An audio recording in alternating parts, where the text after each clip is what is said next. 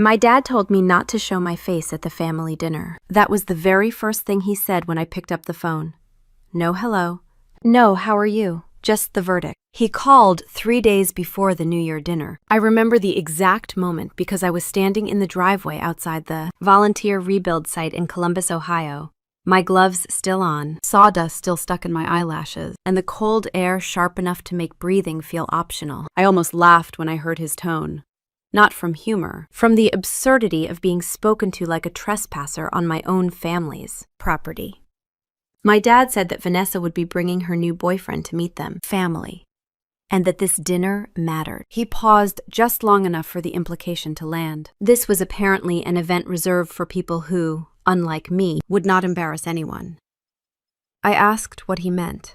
Not defensively, more like someone double-checking the instructions on a machine they had used for years, but suddenly no longer recognized. Before he could answer, my mom's voice floated into the call. Light, sweet, sharp as a razor hidden in frosting. She said that with the work I did lately, it might be better if I sat this one out. She said Vanessa deserved a night where the focus stayed on her and not on questions about what I was doing with my life. She said people might misunderstand my choices. She said all of that in the same tone she used when I was 12, and she told me perhaps I should not audition for choir because I was more of a listener than a performer. I could hear wind blowing across the phone from their end, probably from the porch where they always made calls they did not want. Overheard. Probably from the exact spot where they had rehearsed this little speech. My dad came back on the line and finished the job. If you care about this family, do not show your face. I stood there like an idiot, phone still pressed to my ear, staring at the side of a half-restored duplex and the pile of lumber that needed sorting. My hands were not shaking. That surprised me. Usually betrayals come with physical symptoms. This one landed with a strange calm. Cold water poured into a clear glass. No bubbles, no splash. I told him one word. Goodbye. Not a plea, not a question. Just a confirmation that I had heard exactly what he meant. Then I tapped the screen and ended the call before he could pretend the conversation had gone differently. If you are still listening by this point, thank you. Stories like this are not pleasant to hear, but they become easier when we do not go through them alone. Now let me tell you what happened next. The workers behind me were swinging back into motion. Someone shouted for a measuring tape. Someone else cursed because a plank had cracked. I slipped the phone into my coat pocket, pressed my gloves together to knock off the frost, and returned to the 2x4s that needed sanding. The rebuild project was part of a long-running community initiative that repaired homes for families who had been hit by the last winter storm. I had volunteered there every week for almost a year. People often assumed I did it because I lacked direction or could not find real work. My parents certainly assumed that. They saw a photo of me carrying drywall on a Saturday morning and concluded I had abandoned my career. They built an entire narrative about how I was drifting, failing, settling. Their version of me had become so complete in their minds that my actual life no longer fit in it. There is something oddly liberating about being misunderstood. When people decide who you are without evidence, you no longer owe them explanations. I learned that the hard way. The cold bit at my cheeks while I worked. The boards were rough beneath my palms. The rhythmic scrape of sandpaper steadied me. I focused on the feel of each stroke. The tiny curls of wood lifting away. The faint scent of pine rising through the freezing air. Manual work has a clarity to it. Nothing ambiguous. Nothing emotional. A board is either level or it is not. A joint fits or it does not. Families do not function with that elegance. The silence after the call kept replaying itself. Not the words. The silence. The way they both seemed so comfortable excluding me from an occasion that used to be automatic. As if I were a distant relative or a neighbor they barely tolerated. As if the dinner were not the same New Year meal we had shared every year since I was born. My seat at that table had once been guaranteed. Now it was conditional. And the condition was that I disappear. I knew they had always preferred Vanessa. That part never stung. Preference is human. But this was different. This had contours. This had weight.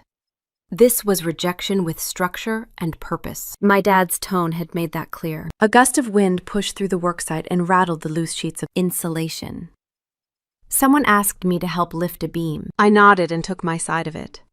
The weight settled across my forearms. It felt good to hold something solid when everything else had shifted. While we carried the beam inside, my mind kept running through the last decade of small moments that now rearranged themselves with new meaning. The way Mom spoke of Vanessa's accomplishments as if they were communal. Victor. The way my dad asked me about my life, with the same tone he used when asking a mechanic whether the car might last another season. The way they never asked questions beyond the surface. People assume wounds come from single incidents. They do not. They come from patterns. 1,000 tiny dismissals. A lifetime of being the daughter who could take care of herself while the other daughter needed constant attention. I set the beam down and straightened my back. My breath fogged in the air. The day was bright but unforgiving, the kind of winter light that reveals every flaw in the wood grain and every truth you have tried to ignore. I brushed the sawdust off my sleeves and looked around the half-finished structure. Most of the volunteers were retirees or college kids on break. None of them knew what I actually did for a living. None of them cared. They cared that I could lift, measure, and stay focused. Skills that had nothing to do with the law degree framed on my office wall. I sometimes wondered what my parents thought happened to that degree. Did they imagine I left it on a bus? Did they assume I threw it in a drawer? Or did they believe that if they ignored it long enough, it might stop being real? A long time ago, I used to correct their assumptions. I used to try to explain who I was beyond the story they had written for me. Eventually, I stopped. Not out of anger. Out of understanding. You cannot force someone to see you. You can only stop standing in their line of sight. I reached for another board and placed it onto the sawhorses. The grain was smooth this time, easier to work. I pressed the sandpaper down and began again, steady and methodical. Each pass cleared a little more of the roughness. Each stroke felt like an answer to a question I no longer needed to ask. As the hours passed, the sting of the phone call faded into something more defined. Not pain. Not even anger. Something like recognition. A piece of truth that had always been there, finally stepping into the light. It was not the dinner they did not want me at. It was the life around that dinner. The dynamic. The hierarchy. The unspoken rules I had followed since childhood. It was useful as long as I stayed in the background. The moment I stepped out of that script even slightly, they corrected the error. The sky grew pale toward late afternoon. The cold thickened. A volunteer handed me a thermos of coffee and I took a grateful sip. The bitterness grounded me. The steam warmed my face. I thought about calling them back. Not to argue, just to hear whether his voice softened or her tone changed. But I did not. The urge passed as quickly as it came. Their message had been clear, crystal clear, nothing to reinterpret. Later, while loading tools into the truck, I felt something settle inside me, a shift in weight. A decision forming without fanfare. If they wanted distance, I could give them oceans. Not out of spite, out of respect for the boundary they had drawn. The street lamps flickered on as I locked up the supply shed. Snow began to drift across the pavement. Soft at first, then steadier. The kind of snowfall that quiets entire neighborhoods. I stood there for a moment, watching the flakes gather on the roofline of the duplex. My phone vibrated once in my pocket. A calendar reminder for the New Year dinner. A standing event I had never missed. I slid the notification away with a single thumb swipe. Gone. Just like that. I walked to my car with the deliberate slowness of someone testing new ground. The air stung my lungs. My boots crunched against the snow. I turned the engine on and let the heater fight its slow battle against the 2020 cold. As I pulled out of the lot, the street looked different. Wider. Quieter. Or maybe I was the one who had changed in the span of a single afternoon. Sometimes clarity arrives disguised as rejection. Sometimes rejection is the only language a family speaks fluently. By the time I reached home, the sky had turned a deep blue, the kind that makes the world feel both sharp and distant. I unlocked my apartment, kicked off my boots, and let the silence wrap around me. A clean silence. Not empty, not lonely, just honest. I set my gloves on the radiator to dry. My fingers still tingled from the cold, but they felt steady. Very steady. I walked to the kitchen, poured a glass of water, and leaned against the counter. That was the moment I realized they did not just reject my job, they rejected me. I stood in my kitchen for a long moment after the truth settled. Then I pushed away from the counter because standing still made the room feel smaller. I rinsed the glass, set it upside down to dry, and walked toward the living room. The quiet followed me through the hallway like an old habit. It reminded me of another kind of quiet, the one I grew up with. The one that shaped everything that came after. People assume childhood memories come back in warm colors. Mine return in cool tones. Pale blue, soft gray, that muted gold light you see in late autumn when the sun is tired. The memories themselves are not painful. They are just precise. I was 8 when I first noticed the pattern, though I did not have the language for it then. Vanessa won some awards at school. I think it was for a speech contest about the importance of recycling. But what mattered was not the subject. What mattered was the reaction. I remember Mom rushing around the kitchen, brushing flour off her hands, telling me to grab her camera because this was important. My dad was already in the car honking for us to move faster. Vanessa stood in the doorway with perfect posture and perfect hair, and that perfect smile she had practiced so often in the mirror. She looked like she belonged under a spotlight even before she walked onto a back stage. And I stood behind her holding her coat. No one told me to. It simply felt like the correct configuration of the family. The applause from that day stayed with me. Not the sound itself, but the way my parents glowed when they talked about it. The way people congratulated them like they had produced something extraordinary. The way Mom kept saying Vanessa needed support right now. I would hear that phrase again and again over the years. It became a small hammer, tapping rhythmically, shaping the contours of our family. I tried to think of a moment when they spoke that way about me. Something small. Anything. If such a moment existed, it did not survive long enough for my memory to preserve. The years went by. Vanessa performed. Vanessa excelled. Vanessa required attention like a delicate houseplant that wilted if you looked away for too long. And I was the child who did not wilt. That was my defining trait. Lack of need. When I was in high school, I stopped asking them to come to my events. Not because they refused. They never refused. They simply forgot, or arrived late, or arrived early and left before anything happened, or stayed but spent the time whispering about some new crisis in Vanessa's orbit. I learned to attend alone. I learned to clap for myself. You get good at that when you practice long enough. I was in college when the truth sharpened. My graduation ceremony was scheduled for a Saturday morning in May. I had worked through most of my classes, taken extra shifts at a diner on Broad Street, and saved enough to pay for books and groceries without asking them for help. I was proud in a quiet, contained way. That morning, Mom called me from the car. I remember the sound of traffic behind her. She said there had been a change of plans. Vanessa had been invited to give a speech at some leadership conference in Cincinnati, and they needed to drive her there immediately. She told me she hoped I understood. She told me they would take me to dinner the next weekend to celebrate. Vanessa needs us more. She said it just like that, as if needs were currency and mine were less valuable. I sat on the edge of my dorm bed holding the phone. I did not cry. My hands did not shake.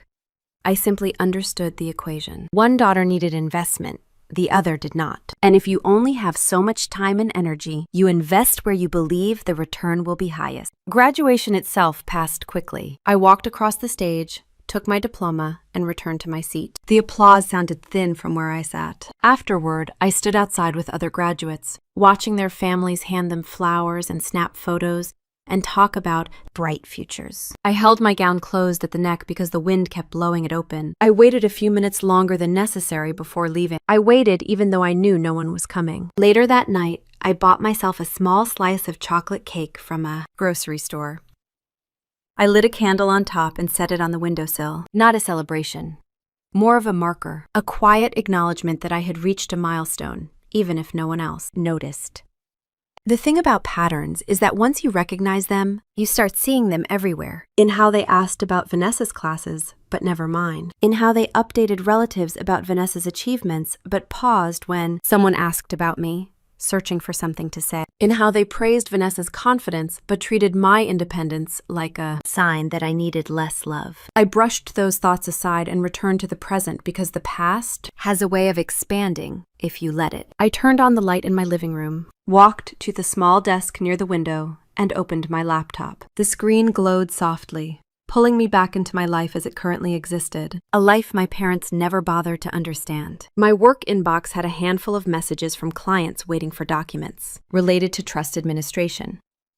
One in particular needed attention. I opened Samuel Reed's file. His grandfather had passed away earlier that autumn, leaving a substantial estate that required careful distribution. Samuel had questions about a clause regarding charitable disbursements. I reviewed the language, made a few notes, drafted a response, and attached the revised documents.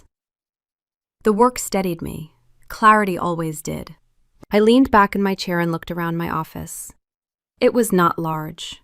Just a clean space with shelves of legal binders, a few framed certificates, and a window that overlooked the street. The room smelled faintly of copy paper. There was a small plant on the sill that I kept forgetting to water. Somehow it had survived anyway. People assumed being a trust attorney was glamorous. It was not. It was detail-oriented, repetitive, and required a level of emotional neutrality that felt like holding your breath for long periods. But it also gave me something I had craved since childhood: structure, rules, predictability. Inheritance did not care about parental favoritism. Numbers did not shift based on mood. Documents did not overlook me. While reviewing another set of papers, my mind flicked back to my parents again. Not because of the call, but because of the disconnect. They had constructed an entire story about my life with missing information, and then punished me for not fitting the script. It had been this way for years. I let it continue, because correcting misconceptions requires effort, and opening yourself to disappointment. Silence requires nothing. I glanced at the clock. It was close to 10. The street outside was quiet. A thin layer of frost had begun to form on the parked cars. I closed my laptop, stretched my arms, and exhaled a long breath I had not realized I was holding. It occurred to me that there was a peculiar symmetry in all of this. My parents believed Vanessa needed them more. They believed I required nothing. They believed I floated through life untouched by complications. They never saw the nights I stayed up reviewing case files to cover bills they assumed someone else paid. They never saw the mornings I arrived early to court because no one was coming, to sit in the back row for support. They never saw me because they never looked at me directly. I walked to the kitchen and filled a mug with water, heating it until steam curled upward. I wrapped my hands around the mug for warmth. The ceramic radiated heat slowly, spreading across my palms, reminding me that comfort sometimes arrives in the simplest forms. I took a cautious sip and let the heat settle in my chest. Standing there in the kitchen, surrounded by the quiet of a life I had built alone, I felt a small, unexpected calm. Not the numbness from earlier, but something steadier. Recognition again, the kind that comes when you acknowledge a truth without flinching. This was not about money. It had never been about money. It was about proximity. Attention. Who receives it, and who is expected to live without it. I walked back to the window and looked down at the street. A single car drove by, its headlights sweeping across the pavement. The city was silent in that particular winter way, as though everyone had retreated into their homes and shut the world out for the night. I thought about Vanessa, about how effortlessly she occupied space, how people leaned toward her, wanting to be near her brightness, how she learned early that attention was a resource she could command, and how I learned early that disappearing caused the least trouble. A strange clarity settled over me again. Everything that happened in that phone call earlier was just an extension of the same old pattern. They were simply speaking the truth they had been living for decades. They raised one daughter to be admired, the other to be ignored. I stood at the window a little longer after the thought settled, watching the streetlights flicker against the frost. The quiet held, steady and familiar, and for a moment, I let myself breathe into it. Then I turned away and got ready for work, because Monday did not pause for emotional revelations. It never had. Morning in my office building in downtown Columbus had its own rhythm. Elevators dinging, people clutching coffee cups like life preservers, the faint smell of carpet cleaner that somehow never faded. I walked in just after 8, hung my coat on the hook behind the door, and set my briefcase on the desk. The space looked exactly as I had left it the night before. Neat.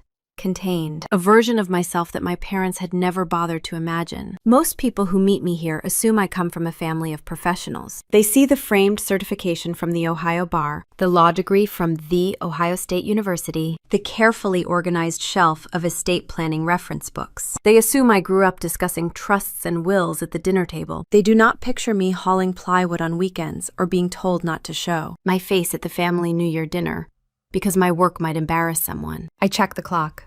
8:15. Samuel Reed was scheduled for 8:30. I pulled up his file and reviewed the notes. His grandfather had left behind a sizable estate with a trust that contained several unusual clauses, including one that restricted disbursements until certain charitable goals were met. Samuel was in his 30s, polite in a nervous way, and this would be his second meeting with me. He liked clear explanations. I liked clear clients. It worked. He arrived a few minutes early, knocking lightly on the open door. I stood to greet him. He shook my hand with that same tentative grip he had last time, as though afraid any misstep might trigger a legal alarm. "Thank you for seeing me again," he said. "I know this stuff is straightforward for you, but it is a maze for me." I gestured toward the chair. "Sit. Trusts are only straightforward after you have read 800 of them." He gave a half laugh and settled in. He wore a navy sweater that still had the crease from being folded. His hair was combed so precisely it almost looked drawn on. Some people face grief by becoming messy.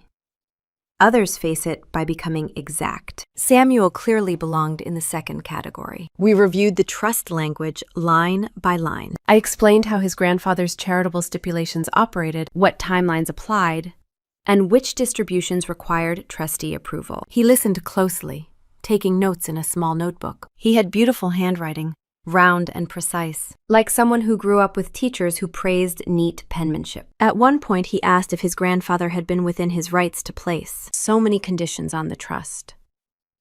I told him he had. People often think inheritances are gifts.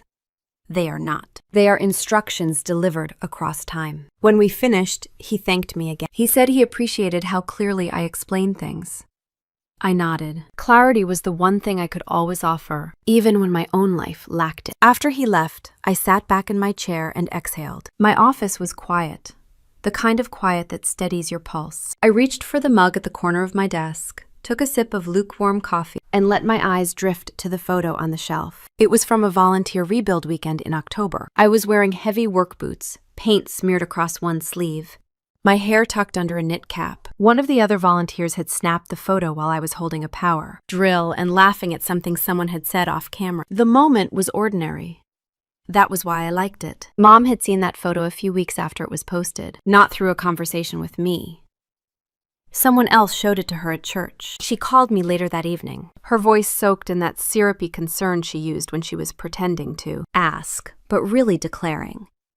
She asked if I was working construction now. She asked if I was doing it because I could not find legal work. She asked if I needed money. She asked all of this without pausing long enough to hear the answers. When I told her it was volunteer work, she let out a sound that fell somewhere between relief and disappointment. She said a woman with my education should be careful not to confuse people. They might think I had taken a wrong turn. They might think I lacked ambition. They might think I settled. What she really meant was that she did not want them to think she had failed. I listened quietly, holding the phone to my ear with one hand while tightening a loose screw on my desk drawer with the other. I did not argue. There was no point. My parents had built an image of me based on selective observations. Correcting it would require them to look more closely. They had spent a lifetime avoiding that. After that call, I stopped posting photos from volunteer work. Not because I was ashamed of it, because sometimes the safest thing you can do is let people hold on to them. Version of you they can handle. Even if it is wrong. Especially if it is wrong. I glanced again at the picture. The me in the photo looked unburdened, free in a way I seldom felt in the presence of my family. Manual work did that. It cleared out the noise. My mind drifted back to another memory, a Saturday afternoon a few years ago. I had taken the train to visit my parents for a weekend. Vanessa was there too, sitting at the kitchen table scrolling on her phone while Mom made tea. My dad had stepped out to rake leaves. The house smelled like lemon cleaner and old carpet. Mom turned to Vanessa and said she had found a wonderful article about women in leadership. She said it reminded her of Vanessa's potential. She said Vanessa needed to stay focused on her goals. Then she looked at me and smiled politely. The kind of polite smile you give a stranger at a bus stop. I had just passed the bar exam. They knew. They had mentioned it once in a congratulatory text that arrived 2 days late and contained exactly 8 words. I am proud of you. Good job. Love you. You could feel the distance in each syllable. Yet in that kitchen, on that afternoon, my new career did not fit into the family conversation. It hovered in the air like steam from a kettle that no one bothered to notice. Vanessa needs us more. Mom had said that for years, and every time she said it, something in me stiffened. A small truth pressed into my spine. Need was not the issue. Attention was. And attention flows toward the loudest source. The loudest source had never been me. I shook off the memory and returned my focus to the present. My computer chimed with an incoming message. Another client needing clarification on a probate deadline. I opened the file, reviewed the timeline, and typed a response with practiced efficiency. The law required precision. Families rarely did. That difference had always made the work feel safe. After sending the email, I checked the time. It was nearing lunchtime. My stomach reminded me I had skipped breakfast. I grabbed my coat and stepped out into the hallway. The air in the lobby was warmer than outside, but still carried the faint chill of winter. I walked toward the small cafe across the street. The pavement glittered with frost, and the sky was a crisp sheet of pale blue. Cars passed in slow intervals. The city felt suspended, caught between seasons. At the cafe, I ordered tomato soup and a half sandwich. The woman behind the counter recognized me and asked how work was going. I told her it was steady. She nodded, as if that answer made perfect sense. Sometimes that was all I needed. Someone who accepted the simplest truth without adding their own interpretation. I carried the tray to a table by the window. Outside, people hurried by in thick coats, heads bowed against the wind. I sipped the soup slowly, letting the warmth settle into my chest. While I ate, my mind returned again to the phone call from my parents. Not the words this time, the tone, the assumption that I would comply, the belief that my life existed as an accessory to someone else's story. The irony was sharp. They believed I had abandoned ambition. They believed I had drifted. They believed I lived without purpose. They believed I had taken a wrong turn. Yet I had more structure in my daily life than they ever gave me growing up. My work required discipline. My weekends required grit. My choices required independence. They knew none of that because they had never asked. Curiosity requires interest. Interest requires care. Care requires presence. They had always been present for Vanessa, and in their minds, that had counted as enough. I finished my lunch, placed the tray on the return cart, and stepped back into the cold. The wind slapped my cheeks awake. I tucked my hands into my pockets as I crossed the street. Back in my office, I removed my coat and sat down again. I pulled a file from the stack on my desk. A new client. Another trust to review. Another set of instructions from someone who believed their legacy could be controlled with conditions and clauses. I smiled faintly at the thought. Legacies are strange things. They reach farther than people realize. They shape lives quietly, silently, in ways the creators never intended. Sometimes they protect, sometimes they wound. Sometimes they do both at once. As I flipped through the documents, I felt a small tug at the back of my mind. A thought forming, but not yet complete. Something about the pattern of misunderstandings. Something about how long I had let them believe whatever they wanted. Something about the safety that came from not correcting them. I reached for my pen and made a note in the margin of the file, not related to the case. Just a reminder to myself. A reminder that truth does not always need defending. I leaned back, exhaled, and looked once more at the photo on the shelf. The paint on my sleeve. The drill in my hand. The unguarded laugh.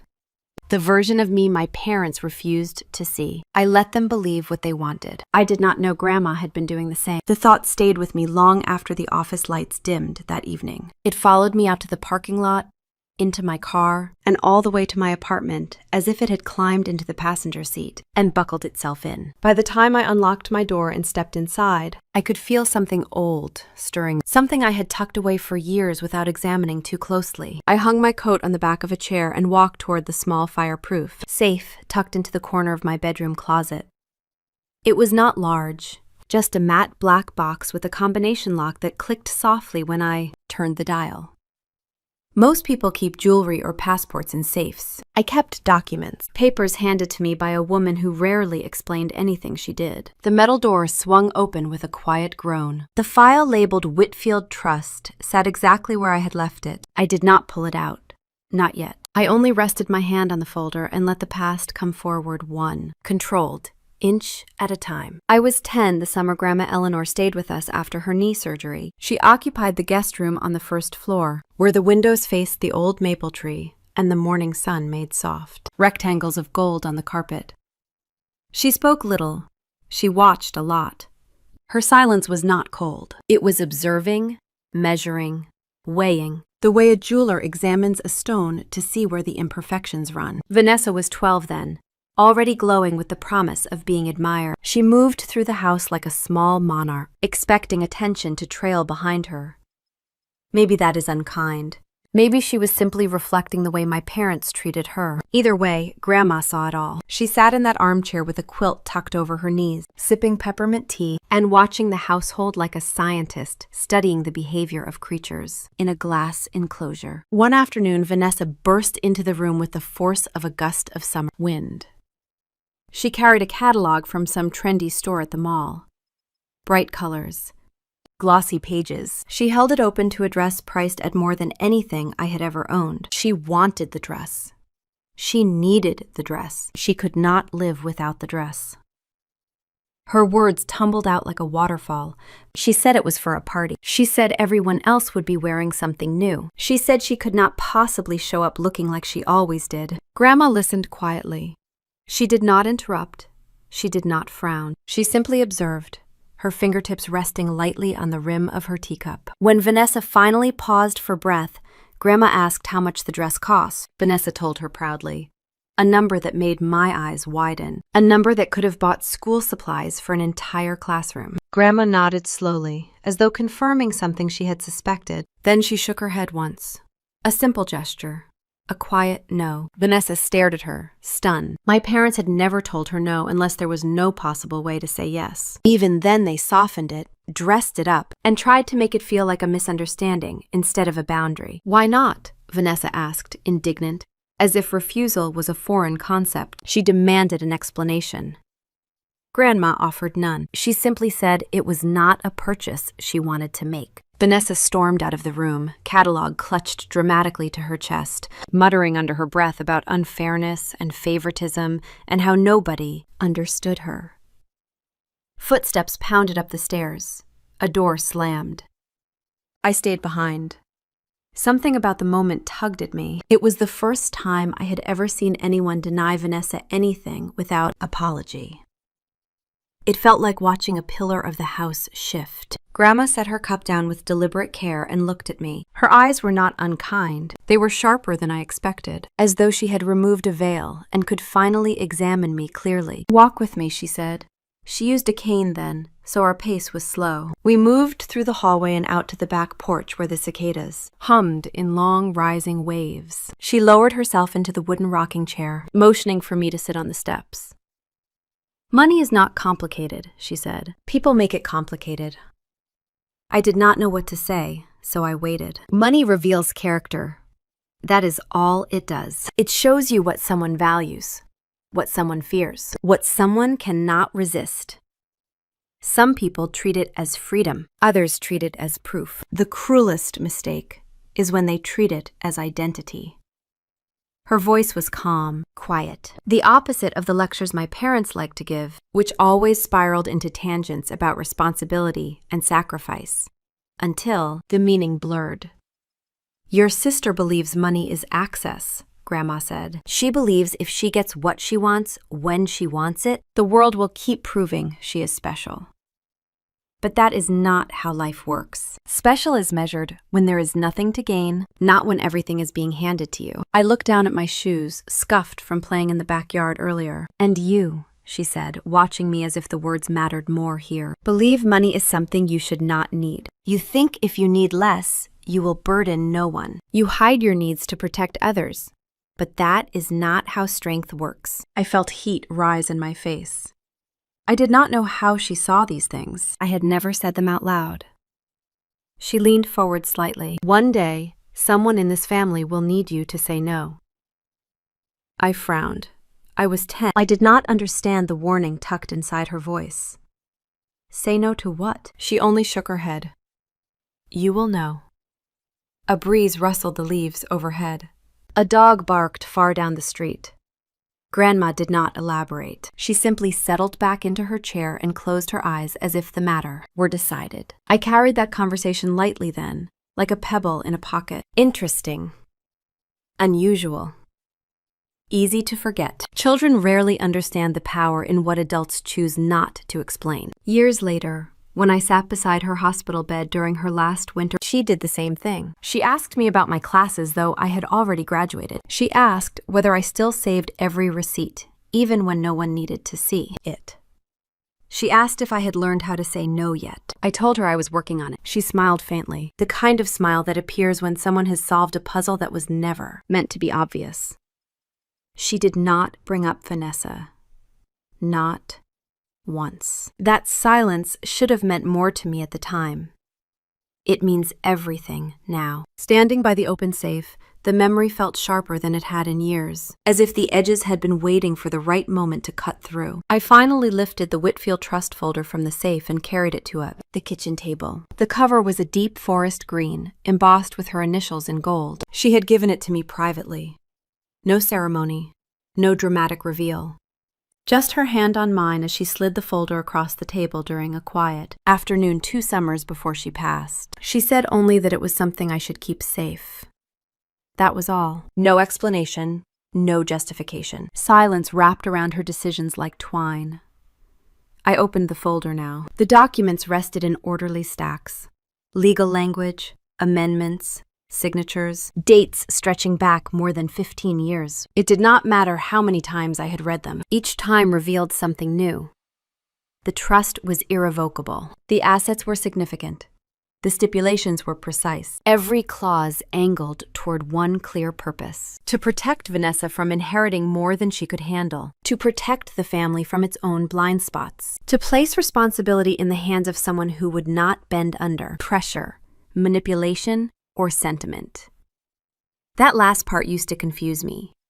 It does not anymore. I traced the corner of one page with my thumb, feeling the faint ridge of the printed text. The lamp above the table cast a warm circle of light across the file, turning the edges of the pages soft and gold. It reminded me of the sunlight on the carpet in that guest room where Grandma watched everything in silence. I realized then what her silence had actually been.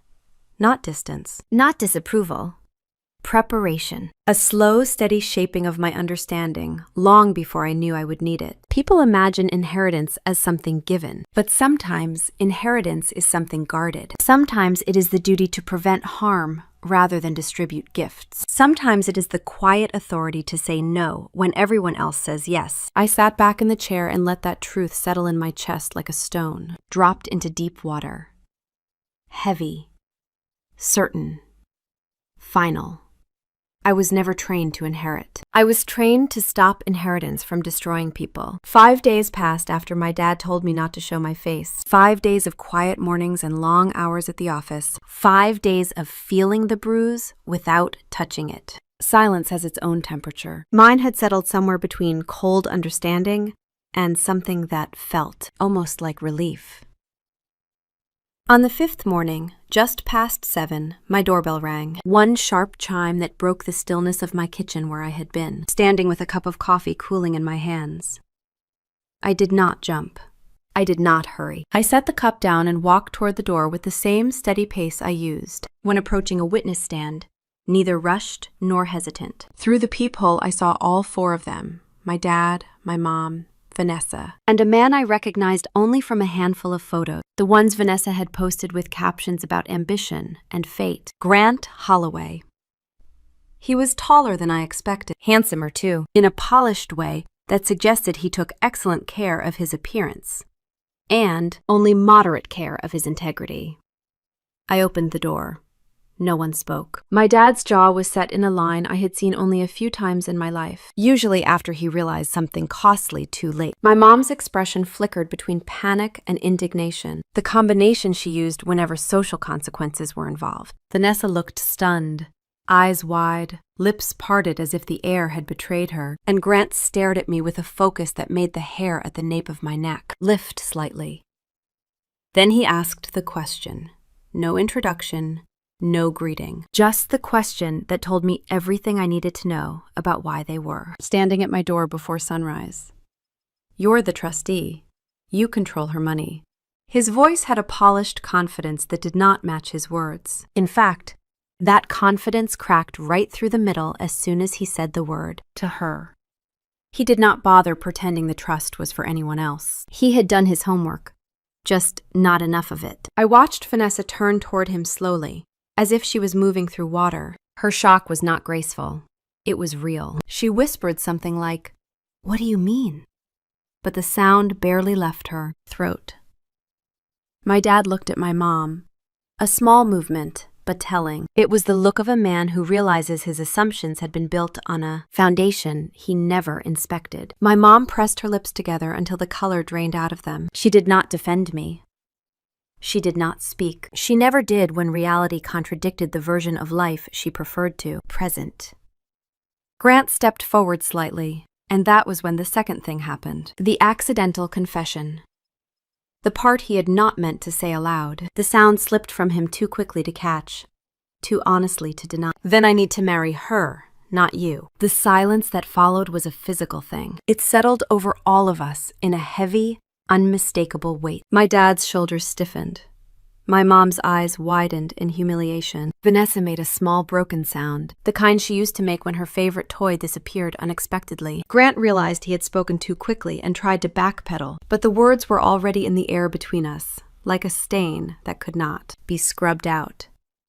He looked at me, then at Vanessa, then back at me again. Something calculating moved across his expression. I could almost hear the equation forming behind his eyes. A woman who controlled $45 million in trust assets versus a woman who had been raised to expect everything without understanding any of it. My own voice surprised me with how calm it sounded. "Do you want to come inside?" No one answered at first. They just stared as if waiting for someone else to decide what to do. My dad cleared his throat, a sound too rehearsed to be genuine. My mom touched Vanessa's arm in a gesture that was meant to be comforting, but looked more like she was making sure Vanessa did not fall over. Grant spoke finally. "Yes, we need to talk." I stepped back so they could enter. My apartment was small but clean, warm from the heater that clicked on each morning before I woke. A stack of case files sat on the kitchen table. My winter coat hung near the door. It was not impressive, not staged, not curated. It was simply my life. My parents hesitated, glancing around in quick disapproval. Not disgusted, just the subtle judgment of people who believed adulthood should look like a catalog photo. Vanessa walked in last, her gaze sweeping the room as if searching for something that made sense. Her hair was curled in soft waves. Her makeup was perfect for 7 in the morning. She had dressed for a conversation she expected to win. Grant stood beside her, hands in the pockets of an expensive jacket. He looked impatient. Impatience is always revealing. I motioned toward the small living area. "Sit wherever you'd like." My dad chose the edge of the couch. My mom sat next to him, but at a slight angle, as if still deciding whether she belonged in the room. Vanessa remained standing until Grant nudged her gently toward a chair. I waited, not out of politeness. Observation is quiet work. Grant spoke first, gesturing sharply toward me. "So is it true? You're the trustee. You're the one holding the assets." Vanessa turned quickly toward him. Holding what assets? She looked genuinely confused. Whatever she believed my financial life contained, it had never included anything close to the truth. He ignored her question. His attention stayed locked on me. "The Whitfield Trust, the one your grandmother established. The one designated for Vanessa. The one worth $45 million. My mom gasped, a thin sound that escaped before she could swallow it. My dad leaned forward, elbows on his knees, like a man bracing for impact, and Vanessa froze in place entirely. My voice stayed steady. "Yes, that is correct." No one breathed. I did not elaborate. I did not justify. Truth does not become more real by being padded with explanation. Vanessa finally found her voice, but it came out brittle as glass. Grandma left me money. You never said anything. Why would you never tell me? She looked at our parents as if they might rescue her from the question. My mom swallowed hard. Her eyes darted between each of us. She had always been the keeper of family narratives, shaping facts into whatever made us look more presentable. We thought it was a small trust. We did not know the details. We assumed it was not significant. She was lying. Not fully lying, but lying enough to protect pride. They had seen the trust documents, or at least the summary. They knew it existed. They simply thought it was modest, the kind of thing that covered college tuition or a first home, not something that reshaped a life. Grant stepped forward. So you control it, not them, not her. You. It was not a question. Yes, I said. He let out a short breath that sounded almost like relief. The type of relief that says a plan has fallen apart and a new one must be built quickly. Vanessa shook her head, the movement small at first, then sharper. Why would Grandma make you the trustee? You were not even the older daughter. My dad stiffened at that. My mom looked down at her hands. The question should not have been directed at me. It should have been directed at the two people who had raised us so differently. That responsibility became an invisible inheritance. I answered anyway, because she trusted me to say no. The meaning landed. I saw it in the way my dad looked away, and in the tight swallow my mom tried to hide. Vanessa stared at me as if the floor had tilted under her feet. She opened her mouth, closed it, then opened it again. Say no to what? Grant cut in sharply before I could respond. To release funds, to approve distributions, to give access to the entire trust. Trusts do not function without oversight, Vanessa. Someone has to be the gatekeeper. He spoke with authority, but no warmth. That was when I saw it clearly. He had not just done research. He had done targeted research. The kind done by someone expecting to benefit. Vanessa turned toward him, panic rising at the edges of her voice. Why would you even know that? Why would you dig into my trust? His mask slipped a little, but not enough for her to see. It is standard due diligence. You said your family had assets. I checked. That is what responsible partners do. Responsible partners do not show up at 7 a.m. at the home of a woman they barely know. But I did not say that out loud. He turned back to me. What are the conditions? There must be conditions. No trust is that large without restrictions. I looked at him calmly. There are several, all tied to stability, employment, and independence. Vanessa must meet certain benchmarks before any major distributions are approved. Vanessa flinched. I do not need benchmarks. It is my trust. Grant's response came too quickly. It is your trust, but her power. He nodded toward me. Without her approval, you cannot touch a cent. It was the kind of truth that drops like a stone into water. Clean, heavy, unavoidable. My mom whispered something about discussing this privately. My dad said my name once, low, as if hoping I would smooth everything over the way I used to when conflict made him uncomfortable. I stood quietly and walked to the kitchen counter, giving them space to absorb the information. My heartbeat did not change. Calm has a way of becoming its own armor. Grant broke the silence again, tone lower now. So what will it take? What are the requirements? What do you need from her so she can access the funds? Vanessa inhaled sharply. So she can. Not so we can. Not so the family can. So she can. Everything became clear in that moment, even to her. Grant, she said, her voice shaking. You said you loved me. He looked at her, really looked at her, and his expression softened only for a fraction of a second before his eyes slid back to me. Love does not pay bills. His words were too honest, too fast. My dad stood suddenly, anger rising in a way I had not seen in years. My mom put her hand on his arm, but it did little. Grant shifted his weight as if preparing to defend himself. I watched them all, then spoke with the same measured evenness Grandma once used with me. Sit down, all of you.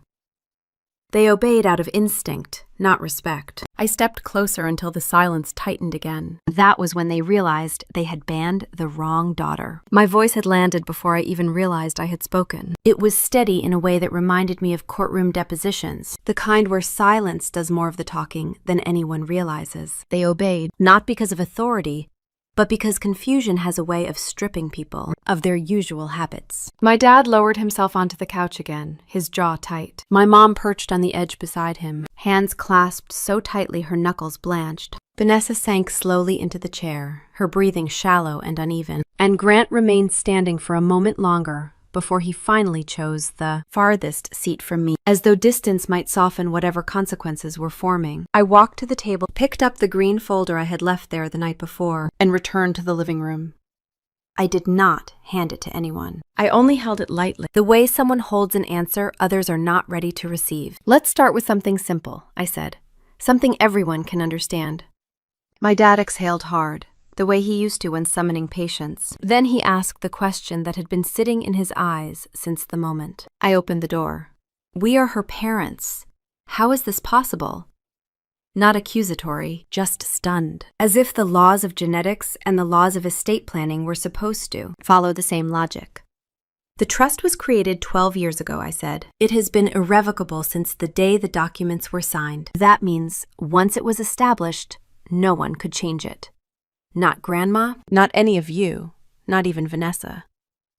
My mom frowned deeply. But families change. Circumstances change. Surely something that large can be adjusted. No.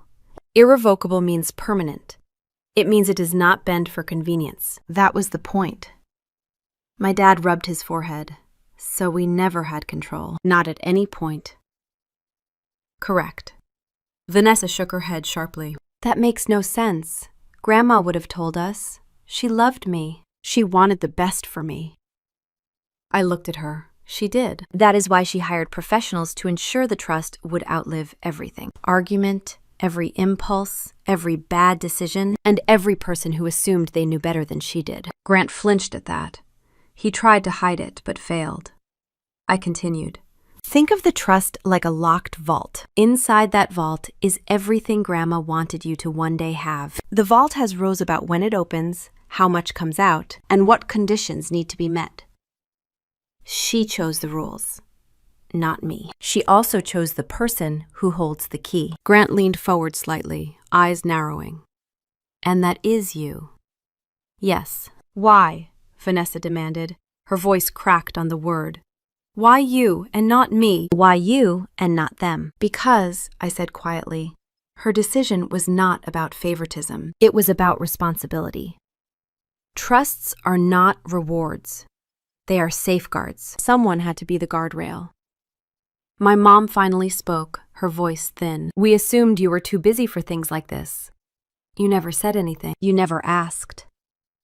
The answer hung between us longer than I expected. My dad shifted uncomfortably, but he did not defend himself. He could not. Silence had already done that work. Vanessa sat forward abruptly, her hair falling over one shoulder. She looked from me to the folder in my hands, then back to me with something like desperation. Fine, whatever. So you are the trustee. That means nothing unless you do something with it. Just approve the funds. That is what Grandma wanted. She wanted me to succeed. Success requires structure, not shortcuts. And the trust is structured. Grant scoffed under his breath. It was a soft sound, but not soft enough. Vanessa whipped her head toward him. What was that? He lifted his hand slightly, palms outward. Nothing. I am just saying we can work with structure. Every trust has loopholes. I have dealt with enough high net worth families to know that. He said it too confidently. Too easily, as if high net worth families were a species he studied professionally. I watched him a moment longer, then turned back to Vanessa. There are no loopholes, not in this one. She stared at me incredulously. There is always a loophole. Not when Grandma closed them herself. That got Grant's attention. What does that mean? It means she built this trust knowing exactly who might try to influence it one day. She planned for strong personalities, for manipulators, for charmers, and for anyone who believed entitlement was a valid argument. Vanessa blinked slowly. absorbing the implication. So what are the conditions? Tell me what I need to do so we can move forward. We. She said it without thinking. I saw it land in her own mind the moment she spoke it. Her cheeks flushed. She corrected herself. So I can move forward. I set the folder on the table and opened it carefully, the way someone opens a door that leads to a room full of consequences. There are 3 primary benchmarks. The first is stable employment, documented for at least 9 consecutive months. Vanessa stared. I have a job. Influencers are not listed in the trust as qualifying employment, she sputtered. It is a business. I create content. I have partnerships. She turned to Grant for support. He avoided her gaze. The trust defines employment as a role with externally verified income, structure, and accountability, I said. It must also be unrelated to any romantic partner. She froze. Grant's expression twitched, the smallest signal that he understood exactly what Grandma had meant when she wrote that clause. The second benchmark is financial independence. No shared accounts, no co-signed loans, no dependence on another person's income. Vanessa's throat tightened. I do not depend on anyone. You have never filed taxes without help, I said gently. That is not judgment, just a fact. The trust requires documentation that you understand and manage your own finances. Her lower lip trembled, but she tried to hide it. And the third, I continued, is stability. No major legal issues. No outstanding debts over a certain threshold. No history of coercion or manipulation in financial matters. Grant stiffened visibly. Vanessa whispered the word debts as if it were foreign. I do not have any. Her voice was small, fragile. My mom shifted in her seat. Her body language changed in an instant. A small twitch. A subtle flinch. I watched her. Vanessa, I said quietly, did you take out any personal loans this past year? She looked at me sharply. No, she looked at our parents. Mom. My mom hesitated, just once. But once was enough. It was for Vanessa's business, she said. A short-term bridge. Her bank required a guarantor. It was supposed to be temporary. My dad closed his eyes briefly. The muscles in his jaw flexed. Grant stared at Vanessa as though recalculating her worth. I waited for a beat, then spoke clearly. The trust requires that all debts be disclosed. Not hidden, not absorbed by others. Disclosed. Vanessa shook her head, tears forming at the corners of her eyes. That is ridiculous. Grandma would not care about something like that. It is my future. My life. Her voice cracked again. I am not 14 anymore. I do not need rules. I leaned back slightly, letting the moment breathe. This is not punishment. It is protection. Protection. She repeated the word as if I had insulted her. You think I need protection. I think everyone does at some point. She pushed herself out of the chair, pacing now, one hand pressed against her forehead. You are ruining my life. I stood slowly, matching her stillness with my own. No, I am protecting it. She stared at me, breathing hard, as if the air itself had turned against her. You are protecting it. The words hung in the room like dust lit by a window beam, slow to settle and impossible to ignore. Vanessa wiped her cheek with the back of her hand, refusing to admit the tear had ever existed. My dad shifted as though he wanted to stand, but could not decide if standing meant siding with her or with me. My mom's fingers twisted together in her lap, a nervous braid she had made her entire life when something cracked inside her. For a moment, no one spoke. Then the past rose up in my mind the way memories do when the present is too, sharp to look at directly. I was 8 the first time my grandma sat me down in her small sunroom, the one that overlooked the backyard where she kept her roses. She had her glasses on top of her head and a ledger open on the table. A real ledger, not the digital kind. Long columns of numbers in her precise handwriting. She pushed it toward me. I barely understood addition then, but she began walking me through it slowly, her finger tapping lightly on the paper. This is not about money, she had said. This is about understanding what flows in and what flows out. Most people only pay attention to what they want to receive. That is how they lose everything they already have. At the time, I thought she was simply teaching me how to track an allowance. It took me years to understand she had been laying down the foundation for something much larger. The memory shifted. I was 11 when she said another sentence that would not make sense until adulthood. I had complained that Vanessa got the new dress, the new tablet, the new set of paints. Grandma looked at me for a long time before she answered. Abundance tests character, she said softly. Absence tests resilience. Both reveal the truth. I did not appreciate the poetry of it then. I only realized later that she had created two entirely different worlds inside the same house. One daughter was raised with attention so constant it became an expectation. The other raised with distance so wide it became self-sufficiency. Back in the living room, Vanessa ran a hand through her hair and sank back into the chair. I watched the denial in her eyes, the kind that forms when someone realizes their entire story of themselves is at risk of collapsing. My mom finally broke. Her voice came out thin, barely audible. Why did she not choose Vanessa? She pressed her fingers to her mouth as soon as she said it, as if she regretted letting the question escape, but it was already too late. It sat there between us, raw and exposed. I took a slow breath. My heartbeat stayed steady, something that surprised me. Usually, conversations like this come with a spike of emotion, but not now. Not after everything that had led to this exact moment. She did, I said. My mom blinked rapidly, confused. My dad looked up as if I had spoken in another language. Grandma did choose Vanessa. She chose her first. She chose her many times. When Vanessa cried, she responded. When Vanessa wanted something, she found a way to give it. When Vanessa struggled, she softened the world around her so she would not break under it. Grandma tested her with abundance, and Vanessa failed every test. Vanessa's mouth fell open slightly, shock blending with indignation. Failed. That is what you think of me. I met her eyes calmly. No judgment, no anger. That is what Grandma saw. Grant shifted in his seat, perhaps realizing that every assumption he had made about this family was built on an illusion. My dad leaned back, staring at the ceiling, the way a man does when he is trying to reconcile years of belief with a single moment of clarity. Another memory rose. I was 15. My grandma and I were hiking a small trail behind her property. She paused near a fallen log and handed me a heavy canvas backpack. "Carry it," she said. "Why?" "Because someone has to." It was heavier than I expected. My shoulders ached after a few minutes. When I asked how long we had to go, she gave the same answer every time. Far enough. Only later did I realize she had filled the pack with books.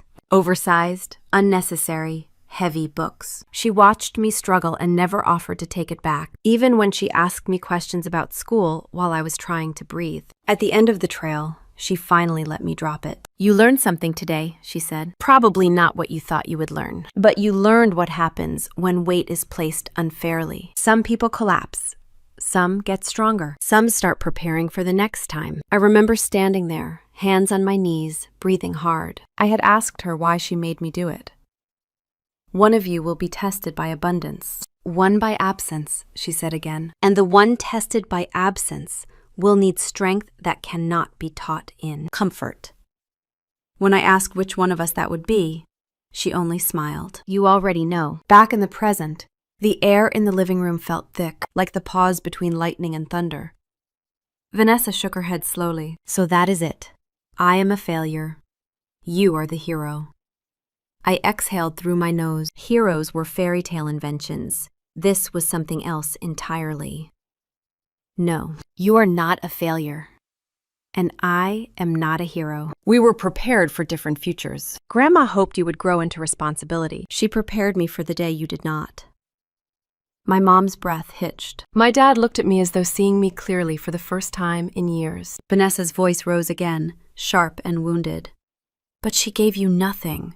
She never praised you. She never celebrated you. She never made you feel special." "That is not true," I said. "She gave me something. She gave me the silence that teaches you to listen, the distance that forces you to think, the expectations that no one else noticed. She did not praise me because she was not training me for applause. She was training me for responsibility. Vanessa stared, speechless. Another memory came. I was 19, sitting with Grandma at her kitchen table. College acceptance letters spread across the surface. Vanessa had just been admitted to a private university, and the whole family had been celebrating. When my turn came, I told Grandma I planned to work through school instead of asking my parents for help. She studied me carefully and then said, "Strength earned is strength you never lose." At 19, I thought she was encouraging me. At 31, I knew she had been preparing me. In the living room, my mom suddenly covered her face with both hands and began to cry. My dad reached over and placed a stiff hand on her shoulder. Not sure if he was comforting her or steadying himself, she whispered through her fingers. "We never understood. We thought she was being hard on you.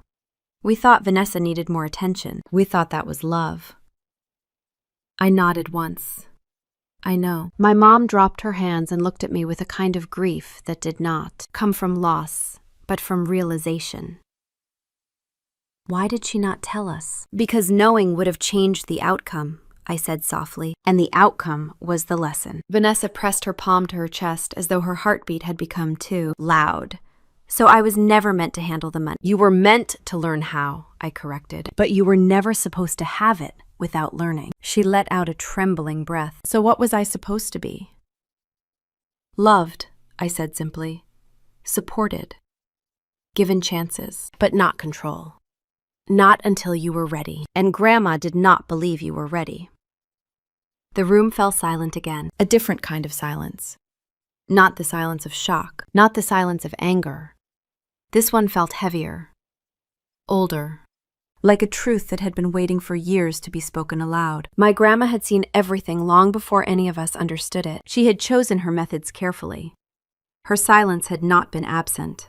It was an instruction. I looked down at my own hands. Hands she had guided through ledgers and contracts. Hands she had trusted with weight too heavy for childhood. I was never the overlooked daughter. I was the prepared one, the backup child. Not the favorite, not the chosen in the way children dream of being chosen, but the one selected for the burden no one else noticed until it was too late. And I felt no bitterness in that acknowledgement, no resentment, no triumph, only clarity. Grandma had trained me for the role she knew the family would need. I had spent years thinking of myself as the afterthought. The truth was simpler and more complicated than that.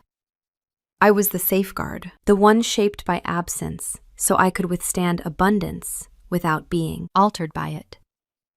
Vanessa sat slowly, as if something inside her had stopped fighting and started understanding. My mom wiped her eyes again. My dad remained still, the weight of everything settling on his shoulders. I took a breath, a quiet, steady one. "I accept it," I said, "not as punishment, not as a victory, simply as fact. I am the backup." The words settled in the room like dust, soft, but impossible to ignore. No one moved. Even the air felt still, as if the house itself understood something had shifted. Vanessa sat fragile and silent, her eyes unfocused. My mom's breathing hitched now and then, the way it does when a person is trying not to fall apart. My dad stared forward with the blankness of a man replaying years he could not change. Grant was the first to break. "All right, I think it is time I clarify a few things." He straightened in his chair, smoothing the front of his jacket. It was a small gesture, but it told me something important. He was preparing to separate himself from the mess. People like Grant always do that. They create distance when the truth gets too close. Vanessa looked up sharply. "Clarify what? You already humiliated me." He gave her a look that was not cruel, not kind, simply practical. "I did not humiliate you. I just spoke too fast. That was my mistake. But you deserve the full picture." I folded my arms and watched him. His tone had changed, less confident. Be more careful, like someone about to confess something that could either soften the room or fracture it further. "My name is Grant Holloway," he began. "I assume you all know that part. But what you do not know is what I actually do for a living." Vanessa stared as if bracing for a blow. "You said you work in finance." He let out a short breath. That was not a lie. It just was not specific. I'm a forensic accountant. My dad blinked. My mom's hands tightened again. Vanessa frowned. A what? Grant cleared his throat. A forensic accountant. I investigate financial misconduct. Fraud, coercion, hidden transfers, manipulated assets. I track money that is being misused or exploited. He looked at me then, and for a brief second, I saw something like respect flicker behind his eyes. Your firm knows my firm, Reed and Holloway Law. You have crossed paths with our partners before, although not directly. I narrowed my eyes. And what does this have to do with my sister? Everything, he said. Vanessa sat up straighter. What are you talking about? Grant rubbed the back of his neck, choosing his words. Let me be clear. I did not start dating Vanessa because of the trust. I did not even know the trust existed until recently. And even then, I misunderstood who controlled it, which is painfully obvious now. He gave an awkward half smile that no one returned. My mom frowned deeply. So why were you here? What did you want? Grant inhaled slowly. I was hired. That one sentence pulled every thread in the room tight. Vanessa's voice shook. Hired? By who? Reed and Holloway, he said. My firm. They assigned me to look into potential signs of financial manipulation involving beneficiaries of the Whitfield assets. My own chest tightened. Who signed the request? Grant hesitated, then looked at me. Your grandma. The room went silent again. Not the stunned silence from earlier. This one felt colder, more deliberate. Like a door closing in slow motion, Vanessa started shaking her head violently. No, she would never. She trusted me. She loved me. She would not hire someone to spy on me. She did not hire anyone to spy, Grant said gently. She hired someone to protect. There is a difference. She flagged a concern 2 years before she died. A concern about outside influence, about people taking advantage of the family name or potential assets. He looked directly at Vanessa. You were not the only person she was worried about, but you were the youngest, and that made you vulnerable. Vanessa's expression cracked. Her breath came too fast. Her hands trembled in her lap. My dad stared at Grant with a mixture of suspicion and disbelief. So you investigated our family? Not exactly. Grant shook his head. I investigated activities around the family. People reaching into their finances. People offering too good to be true opportunities. People with patterns that matched prior fraud cases. I followed the behavior, not the bloodline. Vanessa flinched. What did you find? Grant hesitated. Not long, just long enough for the truth to become heavier. You were approached by 3 individuals last year who pitched business, opportunities requiring upfront liquidity. 2 of them had histories of fraud. 1 is still under investigation. You were told they could triple your returns in a month. They targeted you because of your social media presence, because you looked accessible, because you kept posting about wanting to launch something big. Vanessa's face was drained of color. Those were not scams. They were friends of friends. They were helping me build something real. Grant shook his head. No. They were waiting for the inheritance to drop. They were circling. And you were excited. You were enthusiastic. You trusted too quickly. That is not a flaw. It is a vulnerability, one your grandma saw coming long before you did. Vanessa buried her face in her hands. Stop talking. My mom leaned toward her, instinctively protective. My dad sat frozen, the shock settling deeper. I studied Grant quietly. So you dated her while investigating her? His face flushed. No, not exactly. I began the investigation before I knew her. The assignment was broad. I did not know their names. I was following patterns and online behavior. When Vanessa and I met, I recognized overlaps. I should have recused myself. I know that, but I genuinely liked her, and I thought maybe being close would help me understand whether she was being targeted or participating. My dad's eyes widened. Participating, as in willingly. Grant nodded once, yes. Some beneficiaries enter risky schemes knowingly. Some are pressured. Some genuinely believe they are about to strike gold. My job is to determine which is which. Vanessa's voice came muffled through her fingers. So what am I? Grant swallowed hard. You are someone who wants to succeed, and people use that against you. You were not malicious, but you were careless, and they saw an opportunity. She lifted her head slowly, tears streaking her cheeks. So you never loved me. The room held its breath. Grant's voice softened. I cared about you. That part is true, but I cannot pretend the assignment did not play a role in the beginning. I should have walked away. I should have told you everything. I did not. That is on me. Vanessa let out a sound, somewhere between a sob and a laugh, so I was never the prize. No, I said before Grant could answer. He looked at me, startled. So did everyone else. You were not the prize, Vanessa. You were the target. There is a difference. Vanessa stared at me, confusion twisting with pain. Grant is not the villain in this story.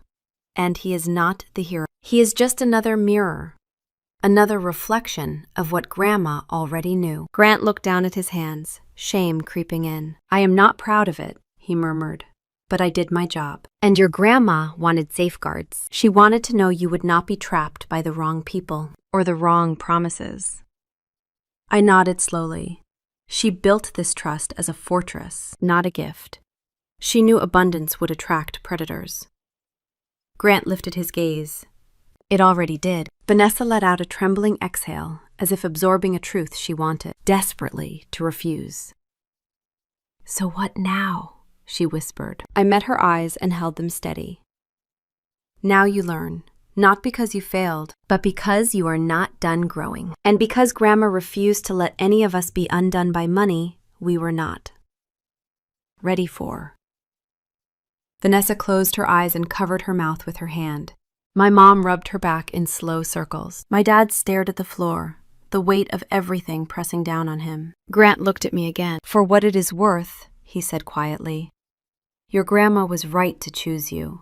She knew exactly what she was doing. I exhaled slowly. She usually did. The room fell into a calmer silence this time. A heavier, more thoughtful one. Not the shock from earlier. Not the anger. Something else. Recognition. Reflection. It struck me then that money had never been the center of all this. Not the vault. Not the trust. Not the inheritance. It was all just a structure she used to show us who we really were. Vanessa lifted her head finally, eyes red, voice thin. So she left you the duty. She left me the desire. And she left them blind. It was such a painfully accurate description that no one attempted to correct. Her. My throat tightened, not with emotion, with truth. Grandma did not leave us money, I said quietly. She left us mirrors. The sentence hovered in the quiet that followed, settling into the corners of the room like something none of us wanted to. Touch. No one argued. No one tried to fill the silence. It was the kind of stillness that comes after impact, when the dust has not yet decided whether to rise or fall. Eventually, they left. Not quickly. Not angrily, just slowly, like people walking out of a building that no longer felt familiar. My dad barely met my eyes as he stepped through the doorway. Vanessa walked ahead of them, head down, her movements fragile enough to be mistaken for surrender. Grant lingered last, offering a quiet apology with his eyes before following the others out. When the house finally emptied, the quiet felt heavier than the conversations that had filled it. The next morning, I locked the trust. It took exactly 13 minutes. A simple execution of an emergency clause Grandma had built into the document. I had reviewed it before, multiple times, but never executed. It was meant for moments where the risk of exploitation or financial harm outweighed the beneficiary's immediate interests. It required trustee discretion, legal justification, and documented evidence of undue influence. All of which I had. With a few keystrokes, the Whitfield Trust went into protective suspension. No distributions, no advances, no exceptions. Not until conditions were met. Not until stability could be proven. It was not revenge. It was policy. Word traveled faster than I expected. By the end of the week, I overheard two older men at the local coffee shop discussing how tragic it was that a once prominent family had lost control of their assets. They spoke as if they knew the details. They did not. They knew rumors, but rumors have a way of becoming their own kind of truth. My dad's reputation was the first to take a hit. He had always been proud of his position at the automotive plant, the seniority he had built, the respect he thought he had earned. But once the story reached people who liked to repeat information without verifying it, whispers started. Something about irresponsibility, something about money mismanagement, something about failing to guide his family. He never confronted me about it, but one afternoon, I drove past the plant and saw him sitting alone in his car long after his shift had ended, staring straight ahead, hands gripping the steering wheel as if holding the past in place. My mom retreated. She had always thrived in social circles, book clubs, neighborhood fundraisers, volunteer committees. But after the trust became the talk of their community, she stopped attending. The invitations slowed. Then they stopped entirely. I called her once that week. She answered. She said she was fine. She said she was just tired. She said it had nothing to do with gossip. None of it was true. Vanessa's world shifted in ways she did not expect. Her online following dropped once she stopped posting lavish outings and polished sponsorship photos. She tried posting about self-discovery and responsibility instead, but sincerity never performs as quickly as spectacle. A month later, she texted me a photo of a printed application. It was for a job at a small clothing store downtown. A regular job. A job where she would clock in, clock out, and earn the kind of money that came in hourly increments instead of grand gestures. She wrote under the photo, "I do not know if they will hire me, but I am trying." I stared at the message for a long time before replying. Trying is enough for now. She did not respond, but she sent another photo a week later, this time of her new name badge. My parents started therapy, not together at first. My mom went because she felt like everything around her had cracked open. My dad went because the therapist told him it might help him understand why he had reacted the way he did.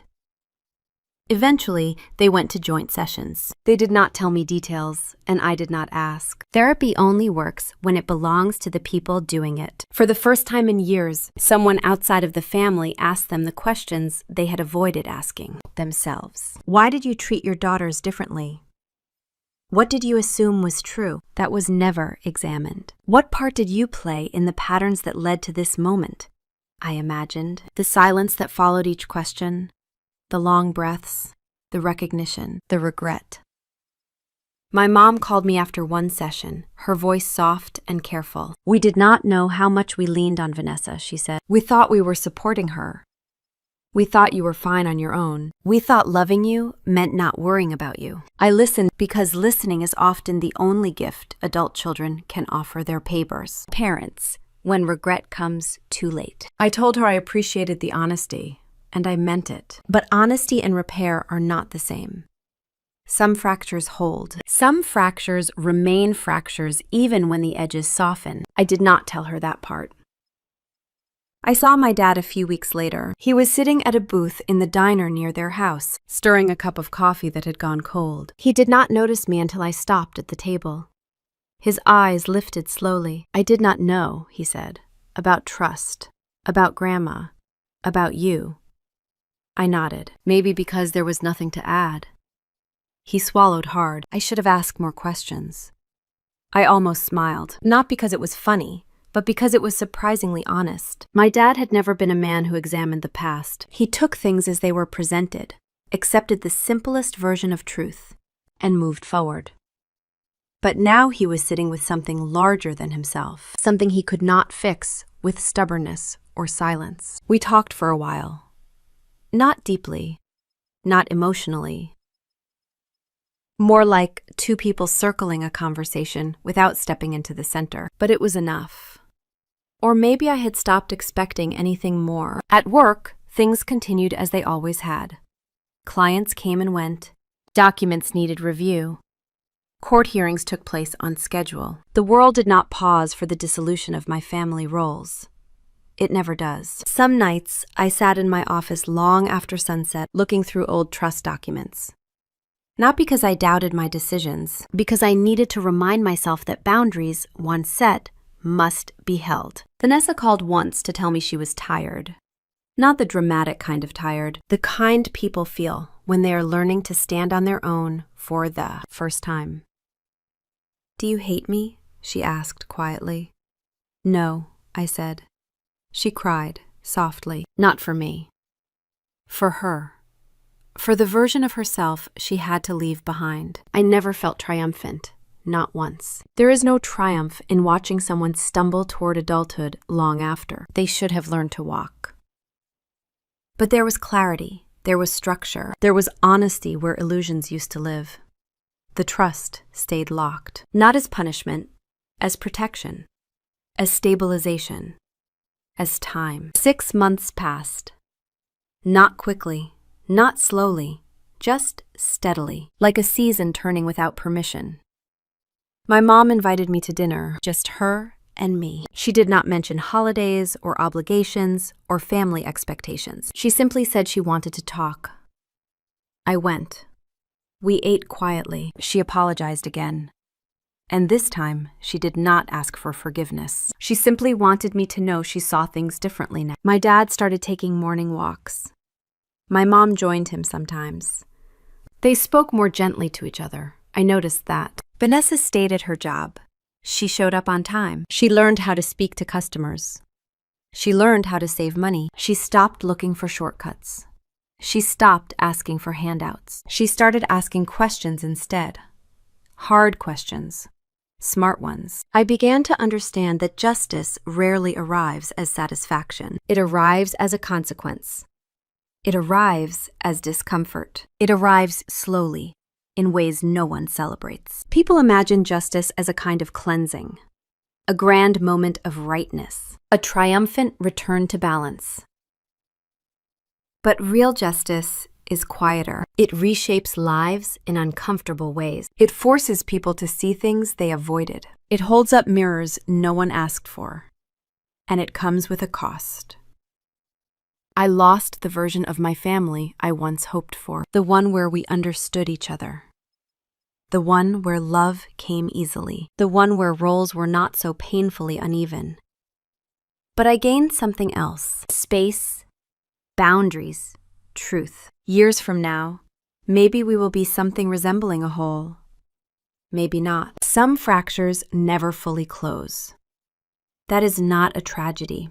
That is honesty. As for the trust, it remained in its suspended state, waiting for the day the conditions would be met, waiting for stability, waiting for proof of growth, waiting for Vanessa to step into the future grandma once imagined for her, and me, the backup child, the one appointed to protect what others were not ready to hold. I understood something my grandma had known long before I did. Justice does not make anyone happy. It just puts things where they belong. A year passed quietly, the way snow melts in early spring, almost without permission. Nothing dramatic marked the time. No grand announcements or family breakthroughs.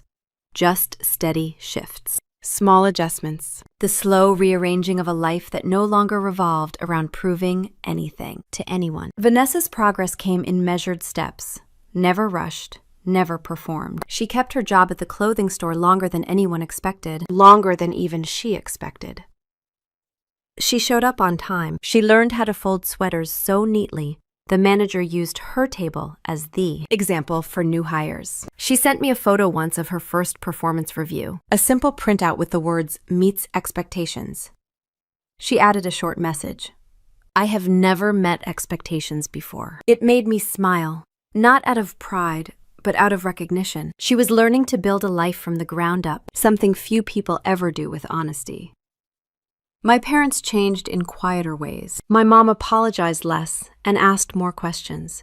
Real questions, not the kind that hide expectations inside them. She told me she had joined a small walking group in the neighborhood. No committees, no hosting, no roles to perform. Just people walking before the sun got too hot. My dad did not regain his old reputation at work, but I saw him soften in ways that surprised me. He stopped trying to solve every conversation with a shrug or a joke. He sat with discomfort instead of pushing past it. Once, over a late breakfast in a diner off the highway, he said he spent most of his life assuming the loudest child needed the most attention. Then he looked at me and said he wished someone had told him that quiet. Children need just as much. I did not tell him that I had wanted to hear that sentence 20 years ago. People do the best they can with what they understand.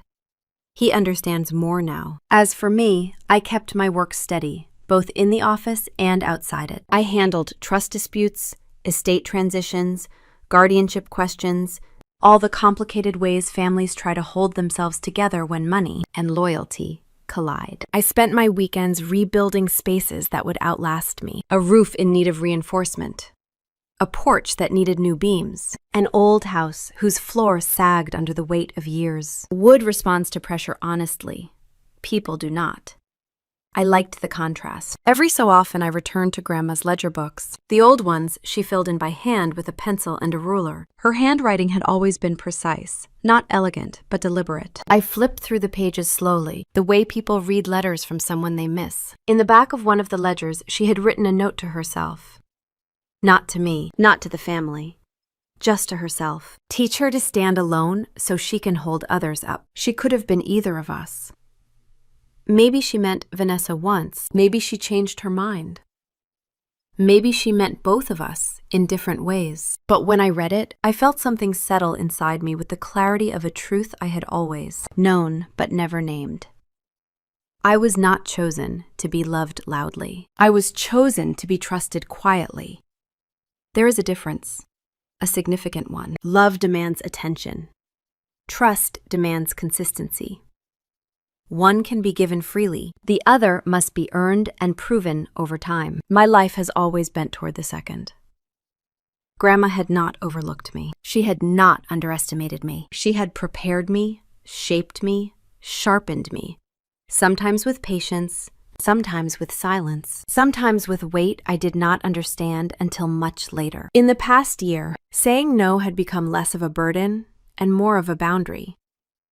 Vanessa asked fewer things of me now, but when she did, she listened. She accepted the parameters of the trust with less resistance. She began taking financial literacy classes on her own. I saw fewer illusions in her eyes, more steadiness, more clarity, more self-awareness. The kind that comes only after life removes the cushions. My parents treated me differently too. Not reverently, not fearfully, just honestly. They asked for my perspective instead of my approval. They invited me over without expectation. They stopped presenting Vanessa as the daughter who needed support and me as the daughter who did not. They began to see us as separate women instead of roles in a story they had written long ago.